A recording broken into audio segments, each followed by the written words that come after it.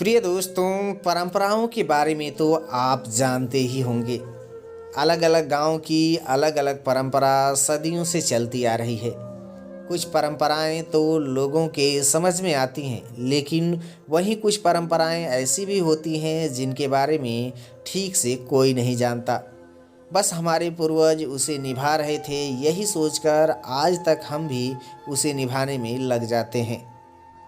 आज आपको इस कहानी में एक गांव की दरिंदगी से भरी हुई एक ऐसी परंपरा के बारे में बताएंगे जिसमें नई नवेली दुल्हन को पहली ही रात गांव के एक खंडहर में बितानी पड़ती है। उस खंडहर में उसके साथ क्या होता है ये सुनकर आपके रोंगटे खड़े हो जाएंगे। कहानी काफ़ी शानदार होने वाली है, इसलिए आपसे गुजारिश है कि मेरे साथ कहानी के अंत तक बने रहें। मेरी पढ़ाई खत्म हुई थी कि मेरे माँ बाबू को मेरी शादी की चिंता सताने लगी। माँ हरदम बाबू से एक ही बात कहती, बिटिया बड़ी हो गई है और आपको कोई चिंता ही नहीं है। दिन भर घर पर बैठे बीड़ी फूकते और पत्ता खेलते रहते हैं। आखिर आपको अपनी जिम्मेदारी का ख्याल कब आएगा? बाबू माँ की तरफ मुस्कुराते हुए बोलते, अरे मधु की माँ, मुझे भी पता है कि बिटिया सयानी हो गई है, उसकी शादी करनी है। पर तुम ही बताओ, जब कोई रिश्ता आएगा तब ना। आखिर शादी करने के लिए कोई अच्छा सा रिश्ता भी तो आना चाहिए ना। मधु मेरी इकलौती बेटी है, किसी ऐरे गहरे से थोड़े ही उसकी शादी कर देंगे। माँ इतना सुनती और बड़बड़ाती हुई घर के भीतर चली जाती और बाबू फिर से बीड़ी फूकते हुए पत्ता खेलने लगते। मेरे मन में भी शादी के बहुत सारे अरमान थे। मैं दुल्हन बनूंगी, सजूंगी, संवरूंगी, मेरी भी सुहाग रात होगी। पर मुझे क्या पता था कि मैं सुहाग रात के दिन ही एक हैवान की हैवानियत का शिकार हो जाऊंगी। बात कौशल नगर के एक गांव सिंहपुर की है। उस गांव में ठाकुर जगदेव सिंह की तूती बोलती थी। ठाकुर जगदेव सिंह जो बोलते वही होता था। सिंहपुर गांव में बरसों से चली आ रही एक परंपरा थी कि जब भी किसी की शादी होती तो अपनी दुल्हन को पहली रात गांव के पश्चिम में एक पुराने खंडहर में रात भर के लिए छोड़ देना होता था। ये परंपरा तो पुरानी थी, पर ठाकुर जगदेव सिंह की वजह से आज तक निभाई जा रही थी। सबसे आश्चर्य की बात तो ये थी कि इस परंपरा के बारे में दूसरे गांवों के लोगों को ज़रा सी भी खबर नहीं थी। उसी गांव में विवेक के साथ मेरा भी रिश्ता लग गया। शादी की तैयारी जोरों से होने लगी। माँ घर में हर वक्त शादी की गीत गुनगुनाती और कहती, मधु बिटिया, अपने ससुराल में अपनी सास ससुर और पति का ख्याल रखना। बेटी का असली घर उसका ससुराल ही होता है। आखिर वो दिन भी आ गया जिस दिन मेरी बारात आनी थी। घर को अच्छी तरह से सजाया जा रहा था। बाबू माली को बोले कि मंडप की में सजावट की कोई कमी नहीं होनी चाहिए। मधु बिटिया की शादी बड़ी धूमधाम से होगी कि गांव के लोग देखते रह जाएंगे। माली मुस्कुराते हुए मंडप की सजावट में लग गए। शाम होते ही पूरी तैयारी हो गई। मेरे गांव की महिलाएं आंगन में बैठ ठिठोली करके विवाह गीत गा रही थी। विवेक घोड़ी चढ़ मेरे दरवाजे पर गाजे बाजे के साथ आए थे। विवाह हुआ और चंद पल में मैं विवेक की हो गई।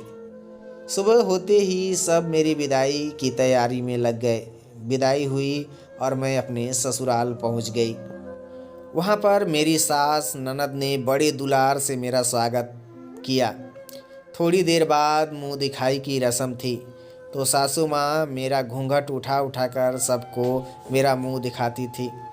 मुंह देखने के बदले में औरतें मुझे पैसा भी देती थीं और तरह तरह की बातें भी करती थीं। कोई कहती थी कि बहू चांद का टुकड़ा है, तो कोई कहती कि बिल्कुल परी जैसी बहू है। थोड़ी देर बाद गांव की मेरी नंदों की टोली आई। मुंह देखने के बाद एक ने कहा, वाह भौजी, लगता है भगवान आपको ही बनाने में सारा समय लगा दिए हैं। इतना बोलकर सब जोर से हंस पड़ी। सबका प्यार दुलार पाकर मैं बहुत खुश हो रही थी। धीरे धीरे दिन बीता और शाम हो गई।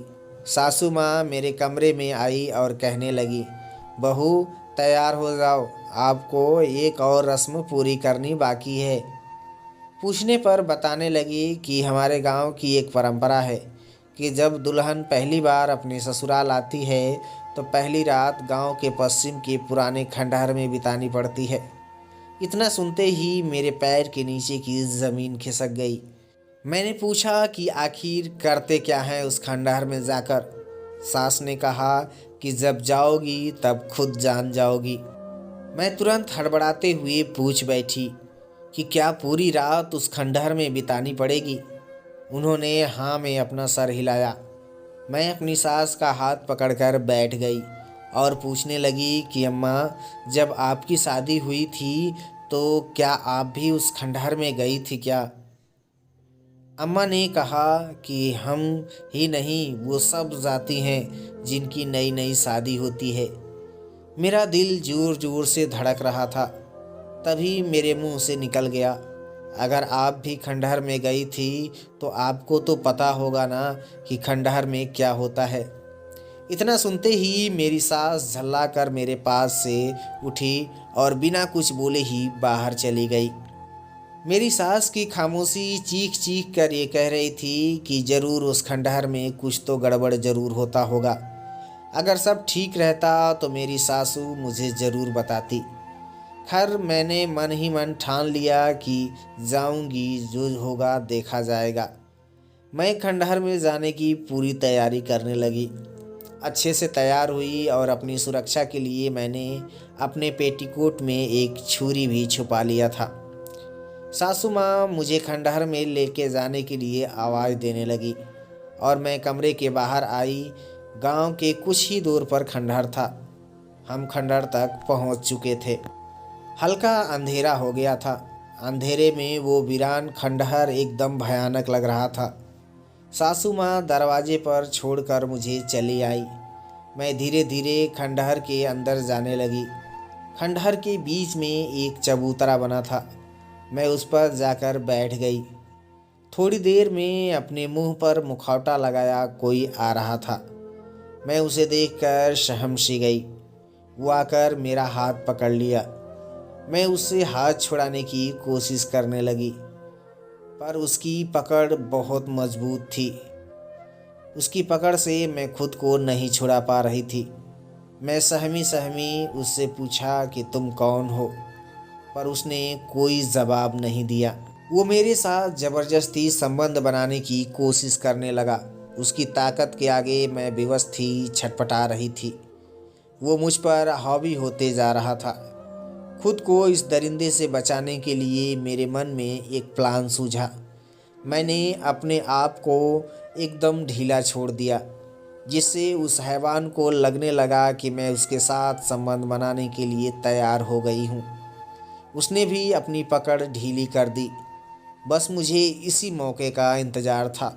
समय मिलते ही मैंने अपनी छुपाई हुई छुरी हाथ से निकाल ली और उस पर टूट पड़ी। मैंने घपाघप लगातार 3 बार उसके सीने में कर दिए। वो हैवान उसी चबूतरे पर ढेर हो गया।